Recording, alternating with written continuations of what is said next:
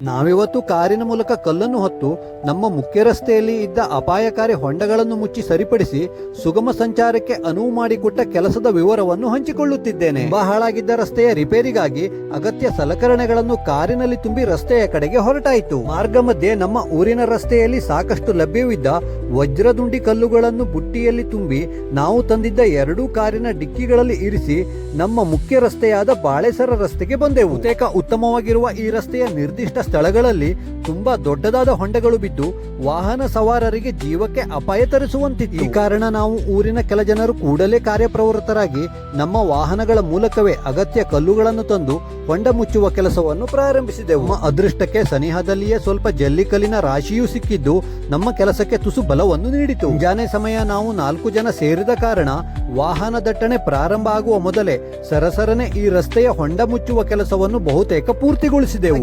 ಅದೇ ಸಮಯ ಆಗಾಗ ವಿಪರೀತ ಮಳೆ ಸುರಿಯುತ್ತಿತ್ತಾದರೂ ನಾವದಕ್ಕೆ ಹೆಚ್ಚು ತಲೆ ಕೆಡಿಸಿಕೊಳ್ಳದೆ ಕೆಲಸವನ್ನು ಸಾಧ್ಯವಾದಷ್ಟು ಅಚ್ಚುಕಟ್ಟಾಗಿ ನಿರ್ವಹಿಸುವ ಪ್ರಯತ್ನವನ್ನು ಮಾಡತೊಡಗಿದ್ದೆವು. ಈ ರೀತಿ ಪ್ರತಿದಿನ ನೂರಾರು ವಾಹನಗಳು ಓಡಾಡುವ ಸ್ಥಳದಲ್ಲಿರುವ ಹೊಂಡಗಳನ್ನು ಮುಚ್ಚುವ ಕೆಲಸವನ್ನು ಸಂಬಂಧಿಸಿದ ಇಲಾಖೆಗಳು ಶೀಘ್ರವೇ ಮಾಡಬೇಕು ನಿಜ. ಆದಾಗ್ಯೂ ನಾವು ಅವರಿವರಿಗಾಗಿ ಕಾಯದೆ ಪ್ರತಿದಿನ ಓಡಾಡುವ ನಮ್ಮವರದೇ ಒಳಿತಿಗಾಗಿ ಮಾಡ ಹೊರಟ ಈ ಪುಟ್ಟ ಕೆಲಸದಿಂದ ರಸ್ತೆಯ ಹೊಂಡಗಳು ಮುಚ್ಚಿದವಲ್ಲದೆ ವಾಹನ ಸವಾರರಿಗೂ ಸಹ ತುಸು ಸುರಕ್ಷಿತ ಎನಿಸಿದ್ದು ಸುಳ್ಳಲ್ಲ.